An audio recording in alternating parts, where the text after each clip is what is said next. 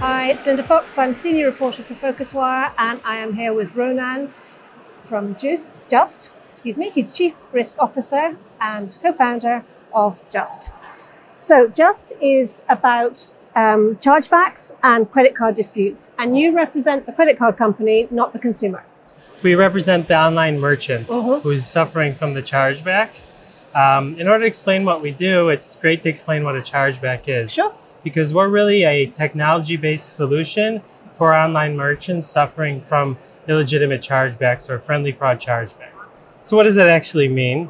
Let's take the example for example, you're an OTA travel company, and a cardholder actually makes a purchase on your site for, let's say, an airline ticket.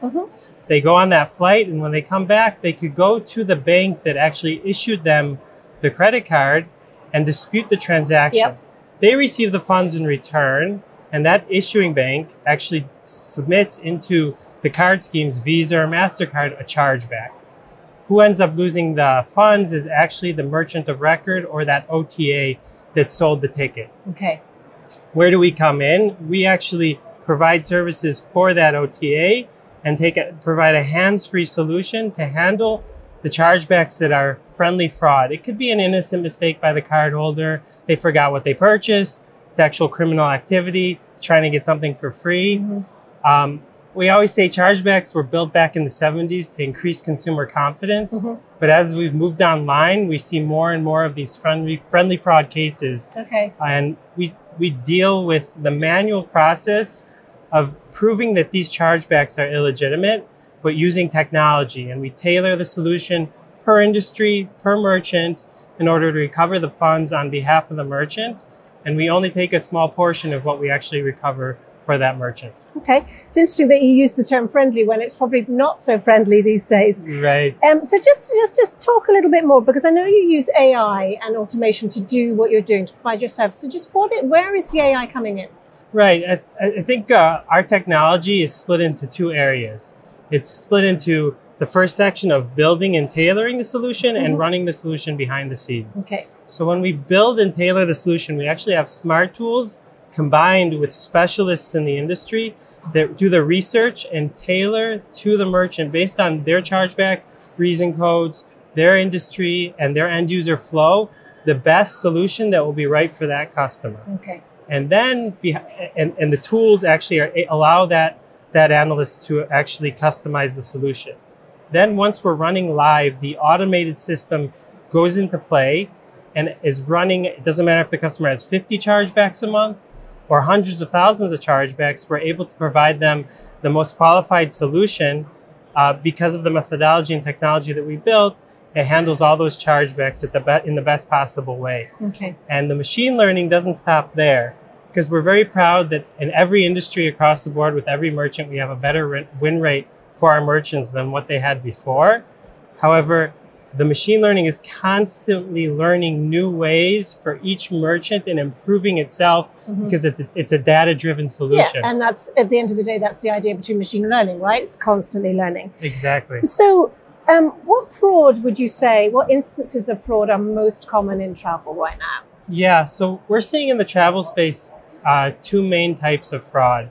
It's the friendly fraud, or even liar buyer, which I'll explain in a second, or the true fraud chargebacks. So the friendly fraud or the liar buyer is basically the cardholder either making an innocent mistake or trying to get something for free. And in travel, we really see more of the liar buyer, more of the criminal activity. Okay. Because of the fact that the transaction value is so high, the actual cardholder doesn't usually forget about the transaction in the travel space. It's usually on the smaller transactions you can forget what you purchased. And that's where we come into play, and we actually are able to prove that it's the true cardholder behind the transaction and return those funds for the merchant.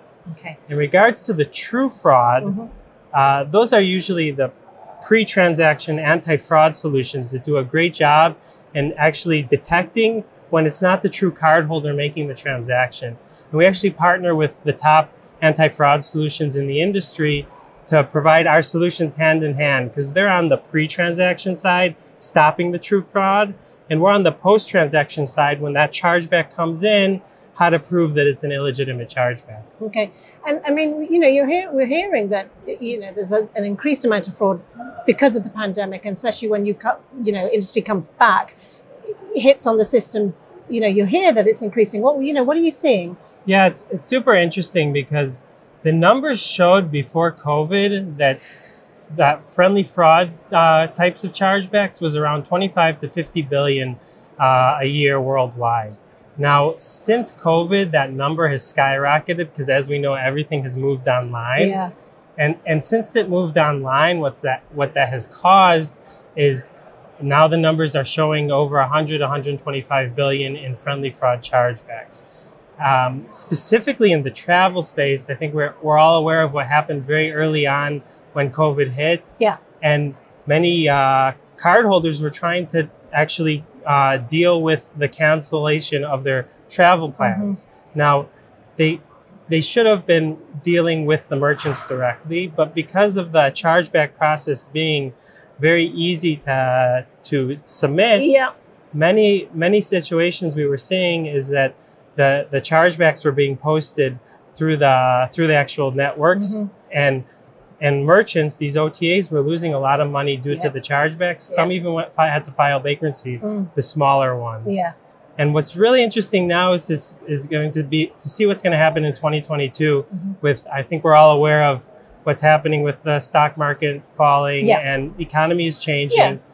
All the merchants that we're working with now and potential customers, they're really looking more at their bottom line today, okay, and their expenses. And our solution really returns the funds to their bottom line, okay, without the merchant having to do anything, because it's a hands-free solution. And we're seeing that interest in how they can help increase recovering those funds at that stage. Okay, so what would you say your priorities are for this year as a company?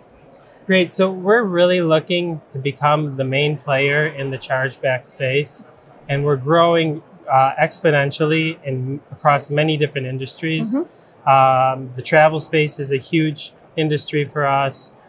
We work in the physical, digital goods and e-commerce, reoccurring transactions, gaming and gambling, okay, and many other industries like crypto. And we've really found our way to take our methodology and our technology to adapt it per industry. And we've proven ourselves across the board that our solution is better than what exists in the market today. Okay, so you're seeing huge potential there then. And yeah, we see that huge potential of growing across the board and helping online merchants across the board with their chargebacks. Great, thanks for talking to us. Thanks for the time, it was great speaking with you, Linda. All right.